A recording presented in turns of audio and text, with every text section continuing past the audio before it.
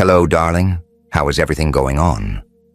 Today, the second I turned into your energy, before I even got a syllable out, before I even drew breath, something slithered through my chest that I was absolutely, categorically not ready for. And I'm sitting here now, licking my lips, trying to figure out how to even articulate what that was. Because nothing, and I do mean nothing, in my considerable repertoire of chaos prepared me for the sheer tonnage of what came through. Your soul isn't just high-frequency sunshine. Your soul is infamous, and I mean that in the most literal, non-theatrical way I'm capable of, which admittedly isn't very non-theatrical at all. Infamous the way old curses are infamous, the way things that have outlasted every attempt to snuff them out are infamous, because that's precisely what I'm picking up from you.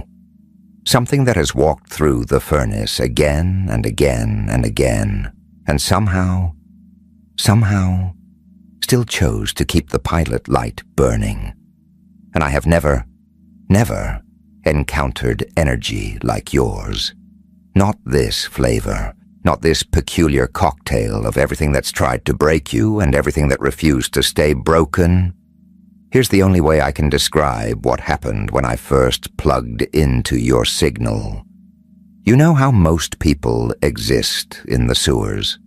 The noise, the panic, the daily smog of just clawing through another rotation of the clock. Most energy I read lives down in that muck. And that's not a verdict. It's just geography. It's just where most of humanity has pitched its tent. But your energy, oh, your energy sits in a penthouse that I don't usually get invited to. It's like you've been living on the roof of the tallest building in your city.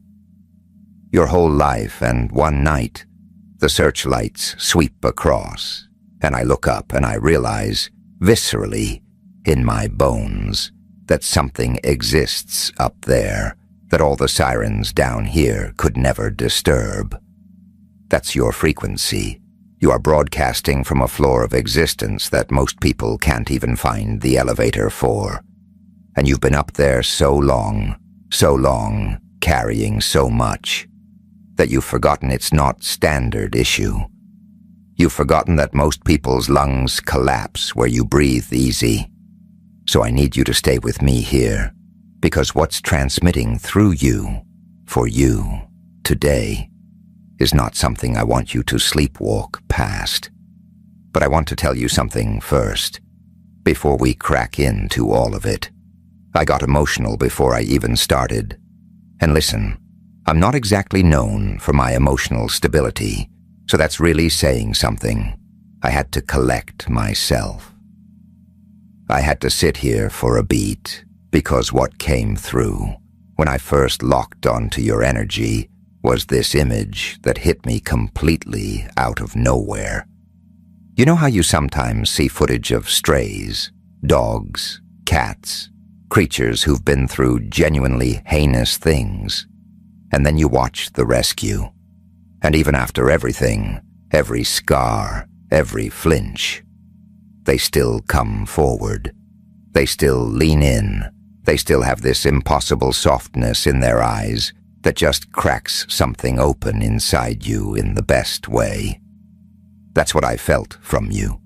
Not because you're fragile, not because you're small, but because that level of vulnerability, after that level of devastation, that's not normal. That is remarkable. That is a soul tuned to a station most people never even pick up on their whole dial.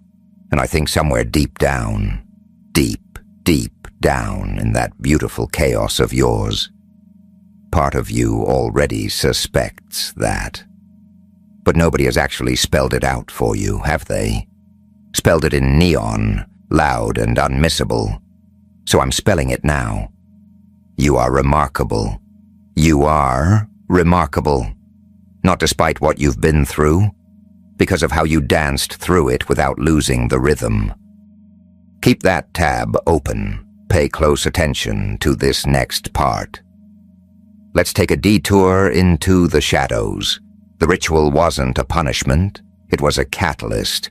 Your book, The Evolution of the Anomaly, is the secret key. 73 pages of pure psychological warfare. Grab it from the pinned comment or video description. Anyway, back to the grind. An infamous soul doesn't just appear out of thin air. It's tempered by the storm. And you have been weathering that storm in silence, mostly solo, mostly without a single person acknowledging how savage the wind actually was, for a very, very long time. And here is what I need you to wrap your head around before we go any further. The weight. Yeah, the weight you've been lugging around lately. That bone-deep fatigue. That exhaustion that goes deeper than any amount of sleep can patch. That sense of holding something you can't quite tag with a name. That's not a sign you're unraveling. Gorgeous. No. That's the feeling of finally reaching the rooftop. That's what it feels like when everything you've survived starts to crystallize instead of just pile up. And I know that distinction might be murder to feel from the inside right now. But I'm reading your energy from the outside, and I'm telling you, the view from where I'm standing, remarkable. And here is where it gets delicious. Because I want to be surgical with you. You deserve precision, not platitudes. What I'm picking up is the weight, the actual physical weight of what you've been shouldering. And I don't mean poetically shouldering. I mean the kind of weight that parks itself on your sternum in the morning before your brain fully boots up. That 30-second window when you first wake up. Before the agenda loads in, before the obligations queue up. And in that tiny, tiny gap, you feel something underneath everything, a tug, a hunger, a version of you that existed before you learned to fold yourself into smaller packaging. And then it goes. You watch it vanish, like smoke through a keyhole. And here's the part you don't whisper to a soul. You miss it immediately. You miss the version of you that wanted things without filing an apology in triplicate. The version that didn't run a cost-benefit analysis first. That version just felt and moved toward things, and it tracked. You still feel that phantom sometimes, especially on quiet mornings when the light slips through the curtains at just the right angle, and for one heartbeat, the world feels conquerable again. And you know, even though you'll never say it out loud, that phantom is the most switched on you've ever felt.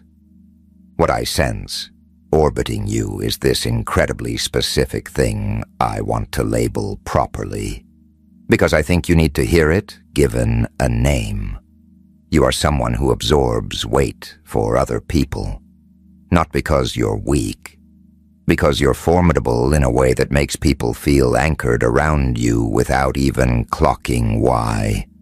People drift into your orbit and something in them unclenches, something in them unlocks. And they start talking. They start spilling things they haven't spilled to anyone else. The raw stuff, the buried stuff. And you hold it. Of course you hold it. You hold every last ounce, and you do this so instinctively, so reflexively, that you don't even register the moment when their baggage becomes your baggage. You just wake up one day completely depleted, and you can't fully articulate why. Because from the outside, nothing seismic happened. You just helped people. You just listened. You just showed up. And somehow, you're more drained than anyone in your zip code. Let me paint you a picture of what I'm seeing. You're somewhere. Let's say a gathering of people. A dinner, a work thing. Any situation where there's a social current humming through the room, and someone else does something, says something, takes up oxygen in a particular way. Let's phrase it like that. And you have something to offer, something real, something that would genuinely redirect the energy in a meaningful way. You feel it building, your whole body knows it, and you open your mouth, and you reel it back. You smile instead. You make runway for someone else's moment instead of claiming your own airspace. And the room doesn't clock it. The room just sees a warm, generous, radiant person who made everyone else feel golden. And you drive home feeling two things at the exact same time. Relief that you didn't risk it. And this hollow throb underneath that you understand completely, but couldn't put into words if someone sat you down and asked. That hollow throb has a name. It's the echo of your own voice going unused. And you've heard that echo so many times, you've almost tuned it out. Almost. Here's what I need you to understand about why this pattern runs. Because it's not random. It's not a character defect. It's not softness. At some point, and I think you know exactly when, even if you've never verbalized it, at some point you learned that being visible was a liability, not physically hazardous necessarily, though sometimes it was. It was. But hazardous the way a spotlight is hazardous when the wrong people are watching. You showed your real self to someone, or to several someones, and what bounced back wasn't what you needed. Maybe it was dismissal. Maybe it was someone scrambling to manage what they saw in you because it made them feel lesser. Maybe it was a specific person. And oh, I feel like there's definitely a specific person in this picture. Someone marinating in a fury they didn't know how to steer. Someone who needed to feel authority and found it easiest to source that authority near you. And what that hardwired into your nervous system, what that actually soldered into you at a foundational level, is that your full self is an excess, that wanting things out loud is a gamble, that the safest version of you is the serviceable version, the accommodating version, the version that holds ground without occupying any. And can I tell you something, treasure? That strategy worked. It kept you intact for a long stretch in a lot of ugly rooms. It genuinely worked. And there is nothing defective about you for engineering it. That was a survival genius. That was your system executing exactly what it needed to execute. But here's where it gets tangled. And this is the part that's been squatting in your chest, heavy lately. That strategy has a price tag, and you know it. And the price is this. Every time you compress yourself to make someone else comfortable, some microscopic part of you logs it, not as trauma necessarily, just as intelligence. Intelligence that reads, "My full self is not welcome in this room." And you've been stockpiling that intelligence for years.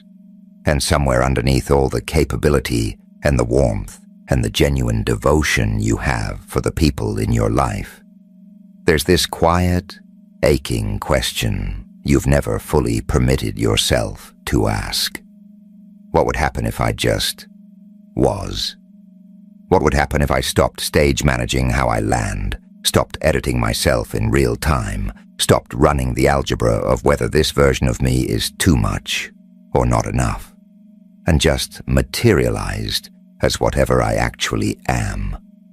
And here is where it gets strange, because the answer to that question is not what you think it is.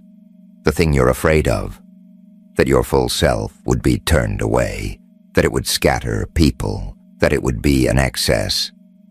That fear is built on intelligence gathered from people who are operating at a completely different wattage than where you actually belong.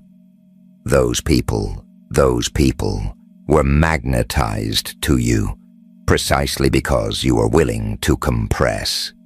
Because your glow is so significant that even the dimmed-down version of it was more than enough for people who were running on fumes. You were beaming warmth from behind barricades, and they still felt it like standing beside a bonfire. You are living proof that the human spirit doesn't know the word quit. And the people who tried to install a ceiling over you, they were just terrified of the altitude. What I'm seeing now, and this is what cracked me open when I first locked onto your energy, is that those barricades are dissolving, not being demolished by some catastrophe, though some rough turbulence may have greased the process. They're dissolving because you've outgrown them. You literally do not fit behind them anymore. The version of you that constructed those barricades, and the version of you sitting here right now, not the same creature. You have been doing something brutally difficult, mostly alone, mostly without applause, and it has rewritten you at a level that is not minor. Something in you has fundamentally recalibrated. Something ancient has shifted. And what I feel on the other side of that, what's waiting on the far side of that, is not a life that resembles the one you've been maintaining. It's something that actually corresponds to who you are. I want to talk about your glow for a second, because I keep circling back to it and I want to clarify what I actually mean. When I say your glow is blinding, I don't mean it in a gentle, motivational mug way. I mean it in a specific, almost tactile way. There are people who radiate warmth, and then there are people who radiate illumination. And the distinction is this: warmth is something you register when you're near someone. Illumination is something that alters what's perceivable. Illumination makes it harder for certain things to stay concealed. And that's you. You carry the composure of a cathedral in a world full of static. When you walk into a space, things that thrive in the murk, energy that feeds on confusion and insecurity and diminishment, can sense you approaching before you even cross the threshold. You don't yell to be noticed. Your vibration is a quiet detonation from the heights. And that's why certain people have always made you feel like you committed some offense just by existing near them. You didn't commit anything. Your frequency just made their malfunction more visible to themselves. And they rerouted that discomfort straight back at you. That's not your doing. That has never been your doing. But it has been your lived experience so many times that some corner of you started to believe that your glow was the problem, when in reality, your glow is the entire thesis. Here's what's actually unfolding right now, in this chapter of your life, whether you can fully sense it yet or not. The loop, the specific pattern that's been cycling through your relationships, your energy, your self-image, that loop is winding down, like it's genuinely winding down. The lesson stitched inside your deepest cuts, the one about your worth, the one about whether you're permitted to occupy space, the one about whether being fully witnessed is survivable.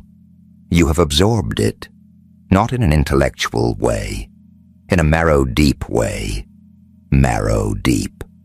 And when something is absorbed at that stratum, the scenario that taught it doesn't need to keep looping. It's completed its function. You are no longer unconsciously appraising your value by how much you can withstand or how many people you can ferry. And that pivot is not minor. That pivot is the whole game. What arrives after? This is different, not flawless. No, not flawless. Different. The people who gravitate toward you in this next act are going to show up on a different premise, not because you're handy to them, Not because your warmth patches something hollow in them, but because they can actually perceive you. Because they're broadcasting at a frequency where your full presence isn't alarming. It's captivating. You've become a lighthouse for everyone who's been stumbling through the haze below. And the connections drifting toward you now, the ones already beginning to crystallize at the periphery of your life, they're arriving calibrated to your actual frequency. Not the curated version, not the cautious version, the authentic one. And you're going to have moments, maybe soon, maybe they're already flickering to life, where you say something true out loud, and instead of that familiar bracing for the flinch, something unexpected happens. It lands. It resonates. Someone looks at you and they get it, and you feel it. For maybe the first time in a long, long time. The specific reprieve of being understood without having to choreograph the understanding. To witness your soul is to remember that magnificence is still on the table. That's what you are to people who are equipped to see you. That's what you've always been. The tears you've shed recently, and I sense they've been the real ones, the kind you cry when nobody's watching, the kind that ambushed you with how much poured out. Those tears were not frailty. Those tears were your system finally metabolizing things you've been storing for years, maybe lifetimes, releasing them, flushing out the residue of what was never yours to carry, flushing out the addition of yourself you had to perform in order to endure environments that were narrower than you. And what's beneath that, what's beneath all of that, is something I genuinely don't have a sharper word for than infamous. Not celebrity, not special in a show pony way. Infamous in the way things are infamous when they are ancient and authentic and have survived and still carry luminescence. Gorgeous, ferocious luminescence. Your energy is the compass needle for those of us still figuring out which way is up. That's actually what your soul is, and I don't think you've let yourself trust that for even one unguarded heartbeat in a very long time. So, here is where I want to leave you. You've already made the choice. You made it somewhere in the belly of everything brutal, in some moment you might not even recall. You chose to stay open when slamming the vault would have been the path of least resistance.